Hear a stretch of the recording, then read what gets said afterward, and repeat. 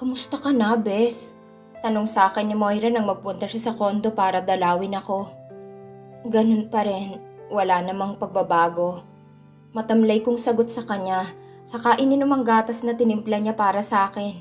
3 araw na mula ng una at huling tumawag sa akin si Mami Lucinda. Ito pa rin ako at araw-araw nag-aantay sa tawag niya. Excited na din akong makita si Kamahalan.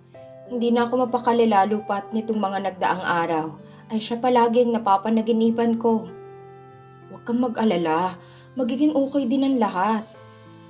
Kailan? Hanggang kailan magiging okay ang lahat? Kasi parang ang tagal naman ata dumating ang kailan na yan. Nananabik na ako sa mahal ko. Hanggang kailan kami ganito? Halos lahat ng nasa paligid ko iisa lang ang sinasabi sa akin. Magiging okay din ang lahat. Miss ko na siya, Moira. Sobra. Malungkot na saad ko sa kanya. Buti nga din at nandito lagi si Herman at Moira para damayan ako. Si Kuya minsan din nadalaw sa akin pag hindi siya busy sa trabaho niya. Dahil hindi ko talaga alam kung anong gagawin ko kung wala sila sa tabi ko. Chelsea, maniwala ka lang, magiging okay si Cody.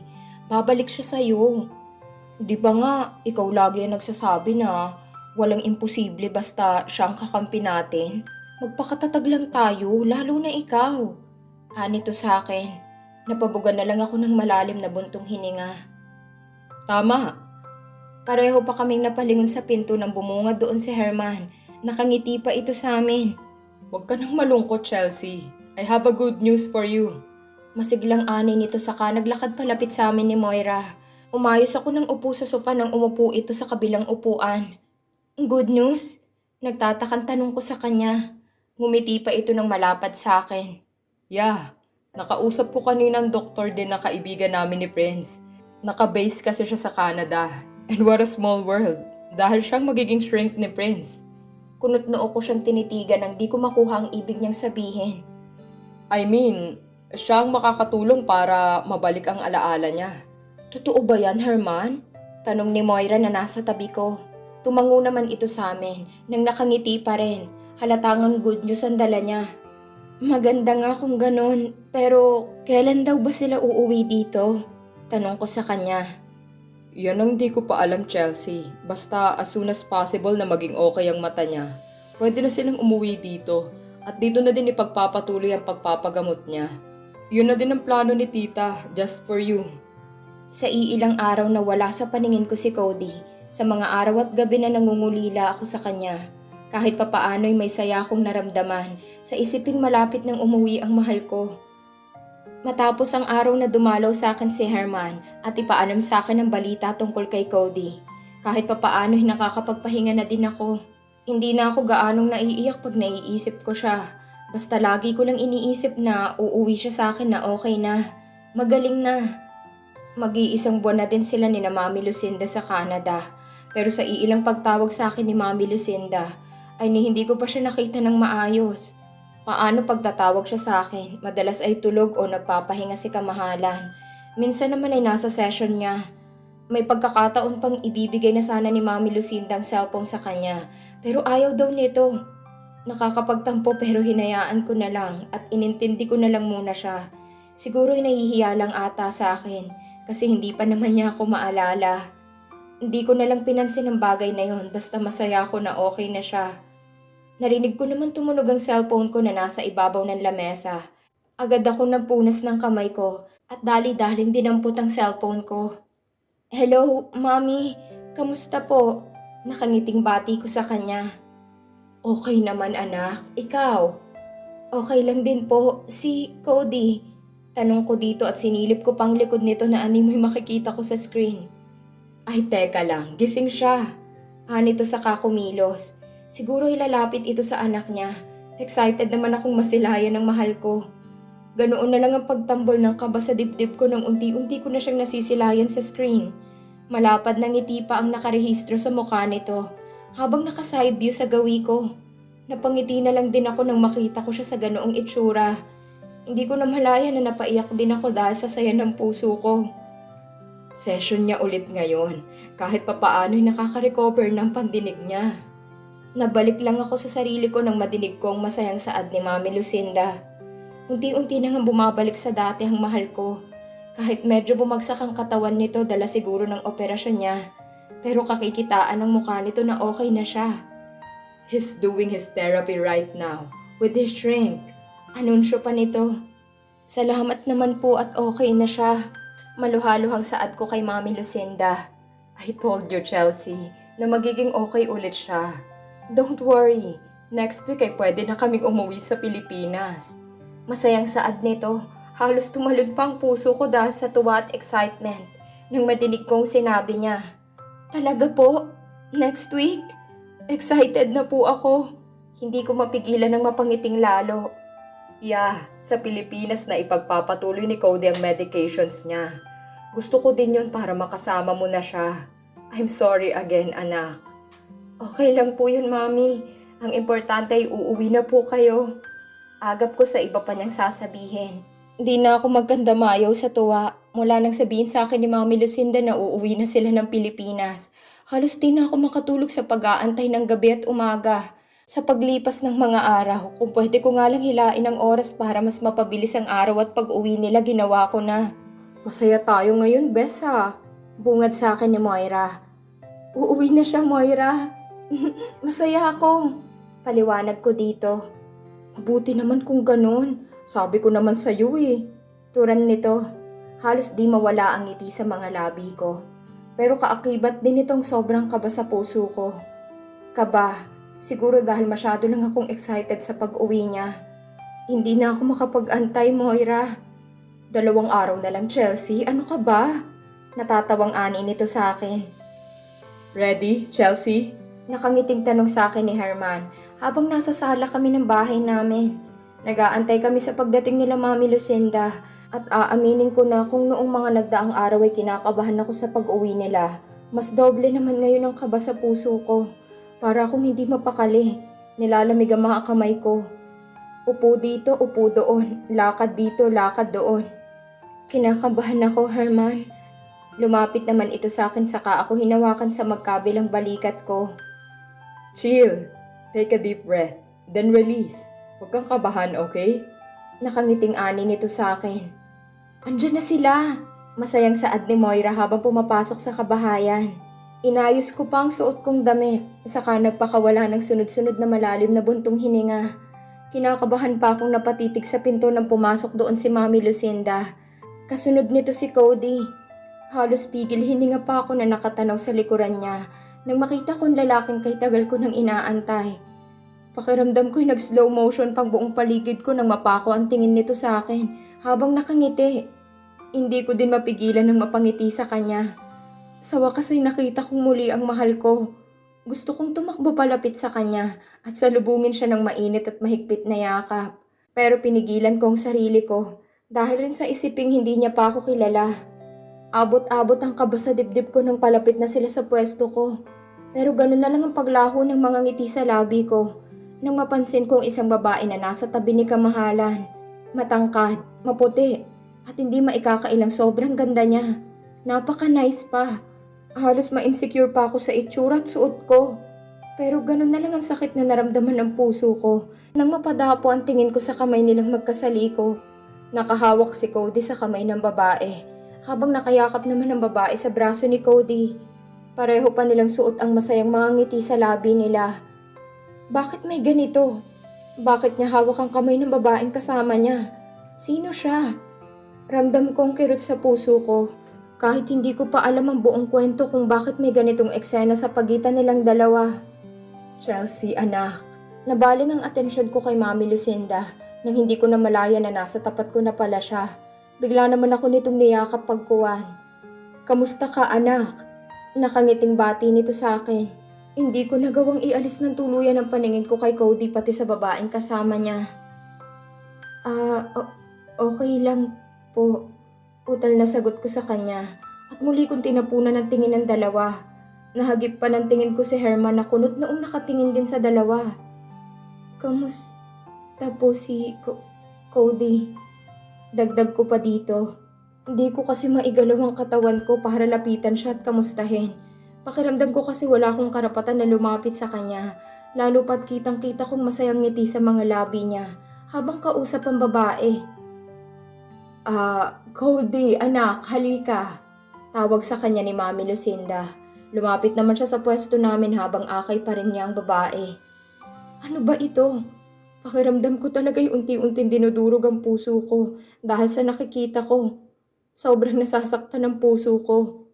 Pinakamasakit pa sa lahat ngayon ay yung mga titig niya sa akin nung makalapit na sila ng tuluyan sa harap namin. Nakangiti nga siya, pero kita naman sa mga mata niya na wala ako doon. Na hindi nga niya ako maalala. Nabaliwala ako sa kanya. Na parang sinasabi ng mga mata niyang sino ba ako. Dahil hindi ko kayang salubungin ng mga mata niya, agad din ako nagbaba ng tingin sa kanya. Napakagatlabi pa ako para lang pigilan ng mga luhang nagbabadya sa sulok ng mga mata ko. Yes, Mom? Dinig kong tanong nito sa mami niya.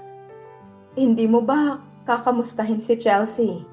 Masaya pa ang boses na ani ng mama niya sa kanya.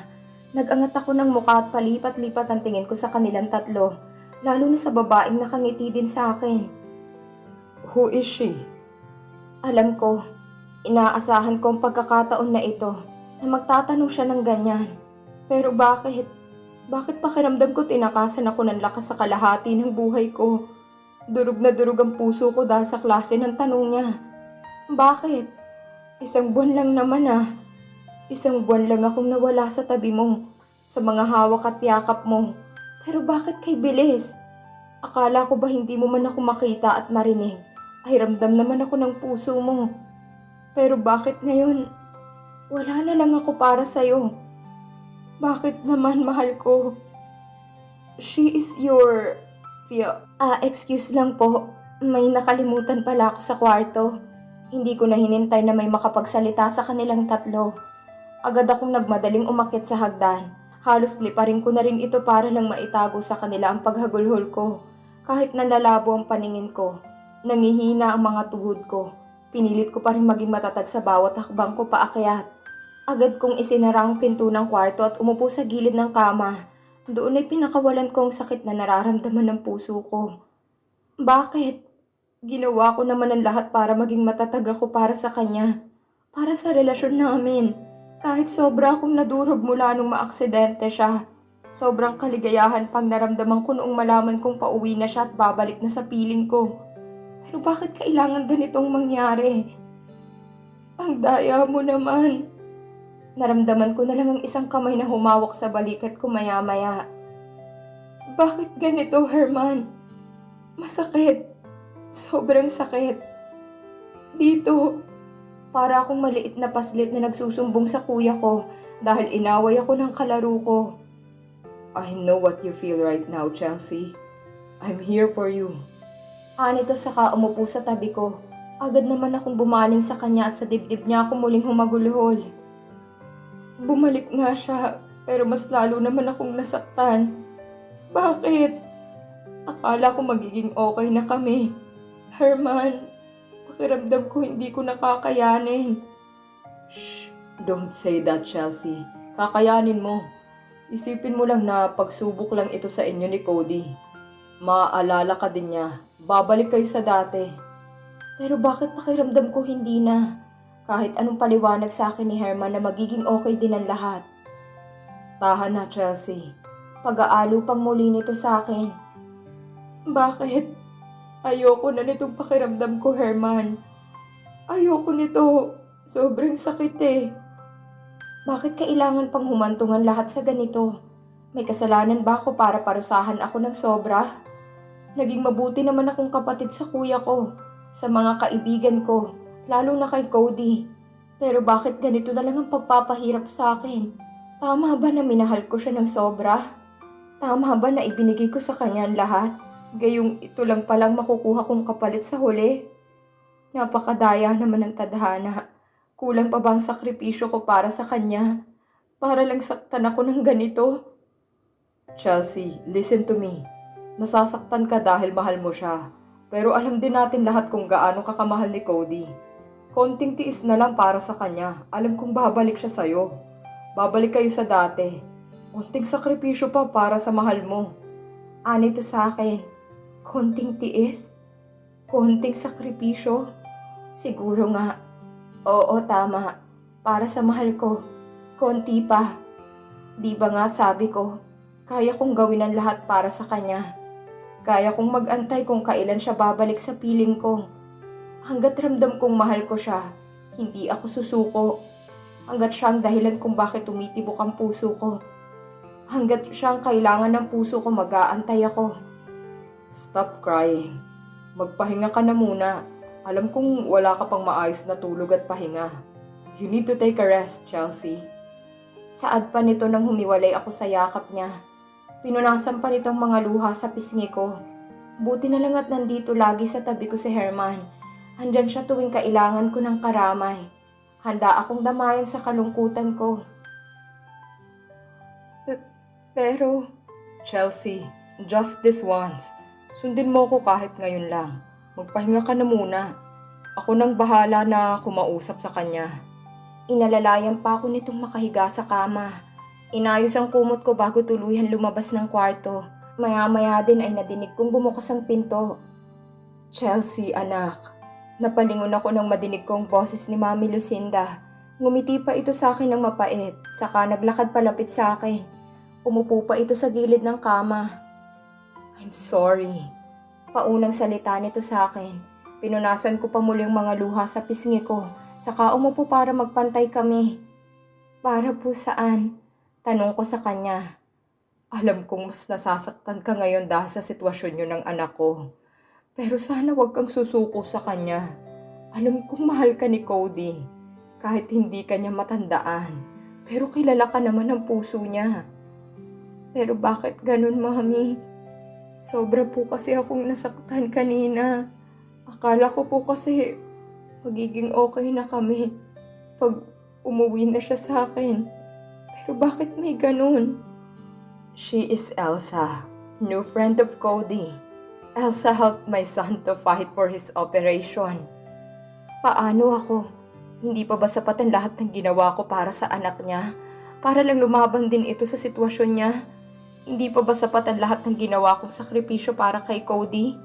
Alam naming lahat kung gaano ang sakripisyong ginawa ko para kay Cody. Pero bakit pakiramdam ko ngayon ay ako pang walang naitulong sa anak niya? Pero paano po ako? Malaki din po ang naisakripisyo ko para sa anak niyo. Ako din po ang sobra nasaktan sa lahat na nangyari. Alam mo po yun, Mami Lucinda. May panunumbat na saad ko sa kanya. Alam ko yun, anak. That's why I'm sorry. It was all my fault. Sana isinama na lang kita sa Canada para ikaw pa rin ang nasa tabi niya noong hinahanap niyang mga taong nagmamahal sa kanya. Hindi ko din matanggihan si Cody na isama niya dito si Elsa kahit alam kong mas masasaktan ka lalo. Pagpapaliwanag niya sa akin. Masakit, pero wala naman akong magagawa kung nandito na. Kung isa din siya sa mga dahilan kung bakit lumaban ang mahal ko. Hindi ko lang talaga lubos matanggap na may iba pa siyang dahilan bukod sa akin para lumaban. Hindi niyo po kailangan humingi ng sorry, Mami Lucinda. Ginawa niyo lang din po ang sa tingin niyo mas makakabuti para sa anak niyo. Saad ko na lang kahit labag sa kalooban ko ang lahat.